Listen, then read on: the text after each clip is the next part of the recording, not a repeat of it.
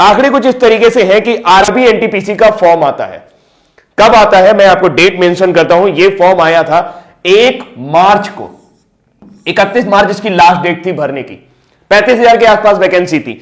इसके बाद एक दूसरा फॉर्म आता है 12 मार्च को, और 12 अप्रैल थी उसकी लास्ट डेट भरने की। वो थी आरआरबी ग्रुप डी, जिसे ग्रेड डी भी कहा जाता है। इसमें 1 लाख से ऊपर वैकेंसी थी। हम सभी के सपनों में एक जान आती है कि चलो ठीक है, बढ़िया है, रेलवे में नौकरी करेंगे, अच्छी नौकरी मिलेगी। लेकिन उसके बाद फिर शुरू होता है खेल। खेल किस तरीके से शुरू होता है? खेल कुछ इस तरीके से शुरू होता है कि 1 करोड़ से ज्यादा लोग, मैं एग्जैक्ट डेटा दे रहा हूं आपको, मैं अभी एग्जैक्ट डेटा देता हूं आपको, 1 करोड़ से ज्यादा लोग आरआरबी एनटीपीसी का फॉर्म भरते हैं और 1 करोड़ से ज्यादा लोग ग्रुप डी का भी फॉर्म भर देते हैं।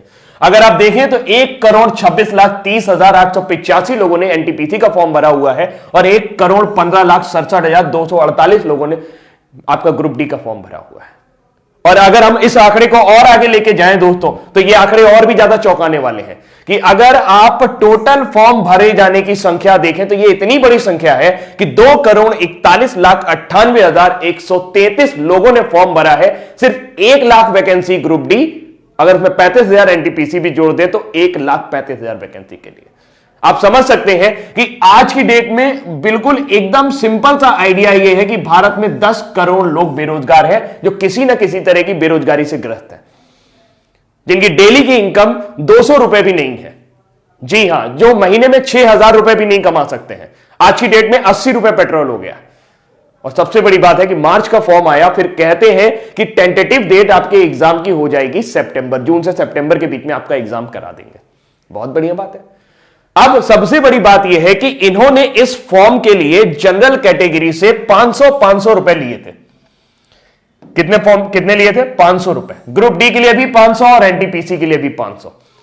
अगर मैं मान लेता हूं सारे जनरल लोगों ने भरा होगा तो यह मैक्सिमम अमाउंट पहुंचता है 1200 करोड़ रुपए, 1,200 करोड़ रुपए। अगर मैं मान लेता हूं कि सारे के सारे कैटेगरी वाले लोगों ने फॉर्म भरा होगा जिनके फॉर्म की फीस 250 रुपए थी, तो यह आंकड़ा पहुंचता है जस्ट हाफ 600 करोड़ रुपए। लेकिन ऐसा होगा नहीं कि सारे जनरल ने भरा हो, सारे एससी ने भरा हो या सारे कैटेगरी वाले लोगों ने भरा हो। तो मैं एक आंकड़ा मान लेता हूं कि कम से कम सरकार के पास 1,000 करोड़ रुपए के आसपास होना चाहिए, जो उनके पास मार्च और अप्रैल 2019 के दौरान आया था। मार्च अप्रैल 2019 बीते हुए लगभग 1 साल होने जा रहा है, फरवरी आने वाली है और एग्जाम की डेट का अभी भी कोई पता नहीं।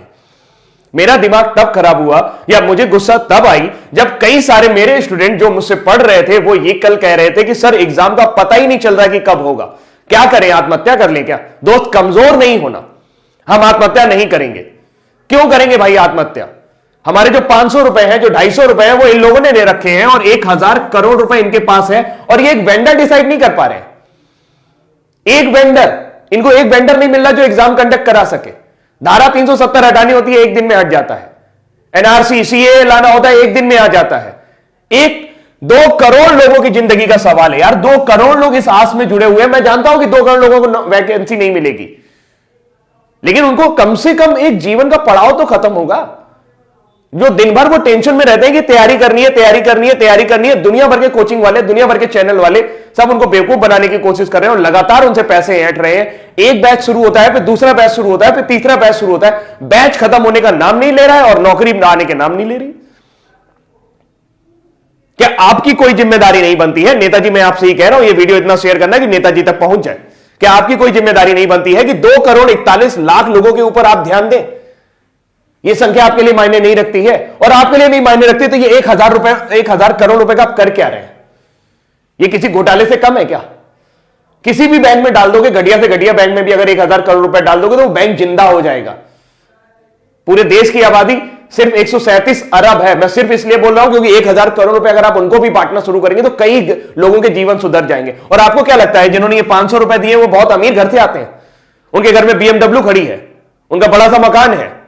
जी नहीं, वो कभी भी आरआरबी ग्रुप डी और एनटीपीसी की नौकरी करने नहीं आएंगे। ये वो लोग हैं जो तिल तिल करके तैयारी कर रहे हैं, अपनी मेहनत खून पसीने की कमाई से तैयारी कर रहे हैं, वो पैसा देने की कोशिश कर रहे हैं। अब हम क्या कर सकते हैं? हम कुछ नहीं कर सकते। क्यों नहीं कर सकते? क्योंकि हम सिस्टम में नहीं है, आप सिस्टम में हैं।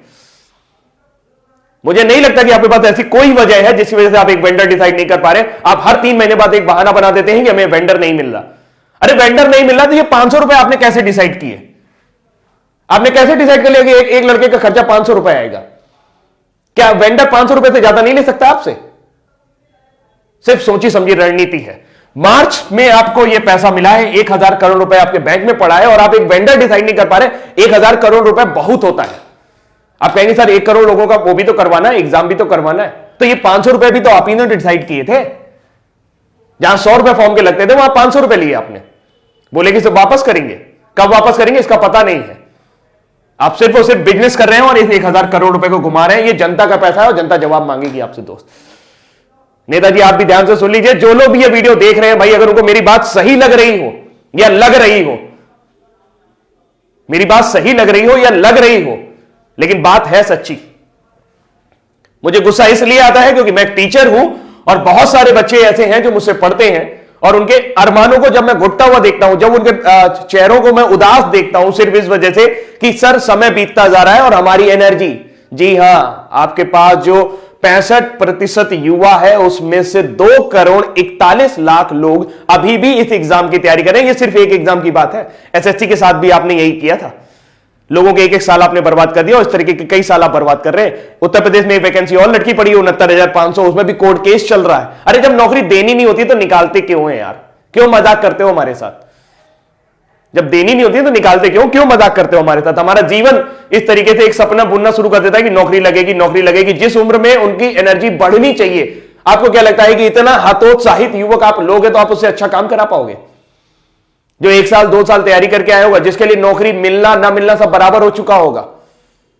अरे कोई प्लानिंग ही नहीं है यार। बड़े बड़े आईएएस बैठे हो आप लोग, इतना सारा आईएएस भरा पड़ा है, सब जिसको देखो वो बहुत ऊंची ऊंची पोस्ट पे, वो लोग बढ़िया गाड़ी से चल रहे हैं, बढ़िया बंगले से घूम रहे हैं, सारा सब कुछ उनका जीवन सुलभ है, उनको इनकी फिक्र नहीं हो रही। किसी को इनकी फिक्र नहीं हो रही। 2 करोड़ लोग, ओ माय गॉड, इतनी बड़ी जनसंख्या है 2 करोड़, कुछ कहने को नहीं। अगर अपने दम पर आ जाएगी ना तो आप परेशान हो जाओगे, आपका सिस्टम मिल जाएगा पूरा। बहुत बुरा है, बहुत बुरा है। भावुक हूं मैं, बहुत ज्यादा बुरा है।